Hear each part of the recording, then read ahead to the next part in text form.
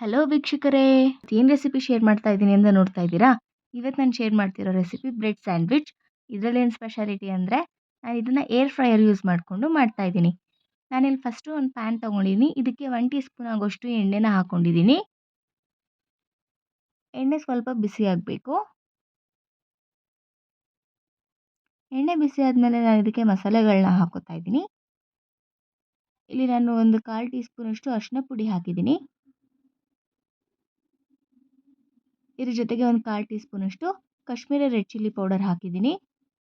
ಇದು ಖಾರ ಇರೋದಿಲ್ಲ. ಜೊತೆಗೆ ಅರ್ಧ ಟೀ ಸ್ಪೂನಷ್ಟು ಗರಂ ಮಸಾಲ ಹಾಕಿದ್ದೀನಿ.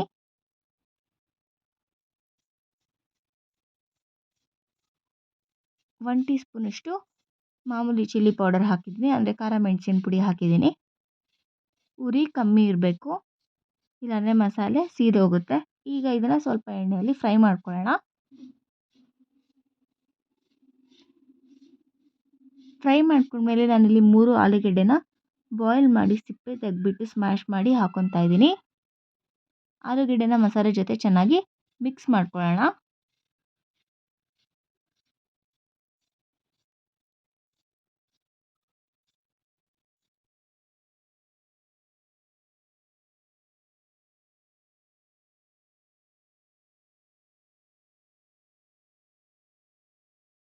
ಚೆನ್ನಾಗಿ ಮಿಕ್ಸ್ ಮಾಡ್ಕೊಂಡ್ಮೇಲೆ ನಾನು ಅದಕ್ಕೆ 1 ಟೀ ಸ್ಪೂನ್ ಆಗೋಷ್ಟು ಧನಿಯಾ ಪುಡಿ ಹಾಕ್ಕೊತಾ ಇದ್ದೀನಿ. ಅರ್ಧ tea spoon dry mango powder ಹಾಕ್ಕೊತಾ ಇದ್ದೀನಿ. ಇದ್ರ ಬದಲು ನೀವು ನಿಂಬೆಹಣ್ಣಿನ ರಸ ಕೂಡ ಹಾಕೋಬೋದು. ಜೊತೆಗೆ ಒಂದು ಅರ್ಧ ಟೀ ಸ್ಪೂನಷ್ಟು ಆರಿಗೇನೋ ಹಾಕ್ಕೊಂಡಿದ್ದೀನಿ. ಈಗ ಇದನ್ನ ಚೆನ್ನಾಗಿ ಮಿಕ್ಸ್ ಮಾಡ್ಕೊಳ್ಳೋಣ. ನಾನು ಇದಕ್ಕೆ ಸ್ವಲ್ಪ ಕೊತ್ತಂಬರಿ ಸೊಪ್ಪನ್ನ ಹಚ್ಚಿಬಿಟ್ಟು ಹಾಕ್ಕೊತಾ ಇದ್ದೀನಿ. ಈಗ ನಾನಿಲ್ಲಿ 2 ಸ್ಲೈಸ್ ಬ್ರೆಡ್ ತೊಗೊಂಡಿದ್ದೀನಿ. ಅದಕ್ಕೆ ಸ್ವಲ್ಪ ಬಟರ್ ಹಾಕೋತಾ ಇದ್ದೀನಿ. ಬೆಣ್ಣೆ ಇಲ್ಲಾಂದರೆ ನೀವು ಸ್ಕಿಪ್ ಮಾಡಬಹುದು.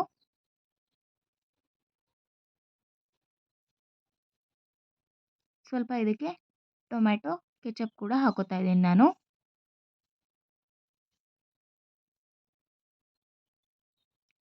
ಹಾಕ್ಕೊಂಡು ನಾನಿಲ್ಲಿ ಚಾಕುಲಿ ಸ್ಪ್ರೆಡ್ ಮಾಡ್ಕೊತಾ ಇದ್ದೀನಿ.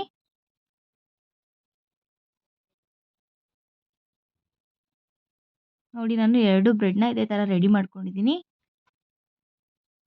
ಈಗ ಇದಕ್ಕೆ ನಾವು ಪ್ರಿಪೇರ್ ಮಾಡಿರೋಂಥ ಸ್ಟಫಿಂಗ್ನ ಇಟ್ಕೊಳ್ಳೋಣ.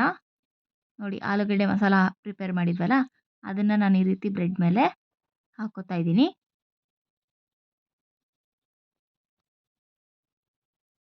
ಈಗ ಇನ್ನೊಂದು ಬ್ರೆಡ್ ಸ್ಲೈಸ್ನ ಮೇಲ್ಗಡೆ ಇಟ್ಕೊಳ್ಳೋಣ. ಪ್ರೆಸ್ ಮಾಡಿಬಿಟ್ಟು ಬ್ರೆಡ್ ಮೇಲೆ ಸ್ವಲ್ಪ ಬೆಣ್ಣೆನ ಸವರ್ಕೊಳ್ಳೋಣ. ನೀವು ಇದನ್ನು ಸ್ಕಿಪ್ ಕೂಡ ಮಾಡಬಹುದು. ನಾನಿಲ್ಲಿ 2 ಪೀಸ್ನ ರೆಡಿ ಮಾಡಿ ಇಟ್ಕೊಂಡಿದ್ದೀನಿ. ಈಗ ಏರ್ ಫ್ರೈಯರ್ ಬ್ಯಾಸ್ಕೆಟ್ಗೆ ನಾನು ಬ್ರೆಡ್ ಪೀಸಸ್ನ ಹಾಕ್ತಾ ಇದ್ದೀನಿ. ಏರ್ ಫ್ರೈಯಲ್ಲಿ ಮಾಡೋದಕ್ಕೂ ಹೆಂಚಿನ ಮೇಲೆ ನಾವು ಟೋಸ್ಟ್ ಮಾಡೋದಕ್ಕೂ ಏನು ಡಿಫ್ರೆನ್ಸ್ ಇರುತ್ತೆ ಅಂದರೆ, ಹೆಂಚಿನ ಮೇಲೆ ಟೋಸ್ಟ್ ಮಾಡಿ ಸ್ವಲ್ಪ ಹೊತ್ತಿಗೆ ಅದು ಬ್ರೆಡ್ಡು ಮೆತ್ತ ಆಗಿಬಿಡುತ್ತೆ. ಆದರೆ ಏರ್ ಫ್ರೈಯಲ್ಲಿ ಮಾಡಿದ್ರೆ ಒಂದು 5-10 ಮಿನಿಟ್ಸ್ ಆದರೂ ಅದ್ರ ಟೆಕ್ಸ್ಚರ್ ಏನಿರುತ್ತೆ ಅದೇ ಥರ ಇರುತ್ತೆ.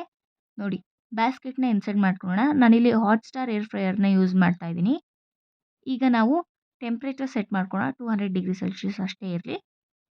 ಈಗ ಟೈಮಿಂಗ್ಸ್ ಬಂದುಬಿಟ್ಟು ನಾನು 2 ಮಿನಿಟ್ಸ್ ಇಟ್ಕೋತಾ ಇದ್ದೀನಿ. 2 ಮಿನಿಟ್ಸ್ ಆದಮೇಲೆ ಇದು ಆಟೋಮೆಟಿಕ್ಕಾಗಿ ಆಫ್ ಆಗುತ್ತೆ. ಅದಾದಮೇಲೆ ಬ್ರೆಡ್ನ ತೆಗೆದ್ರೆ ರೆಡಿ ಟು ಸರ್ವ್.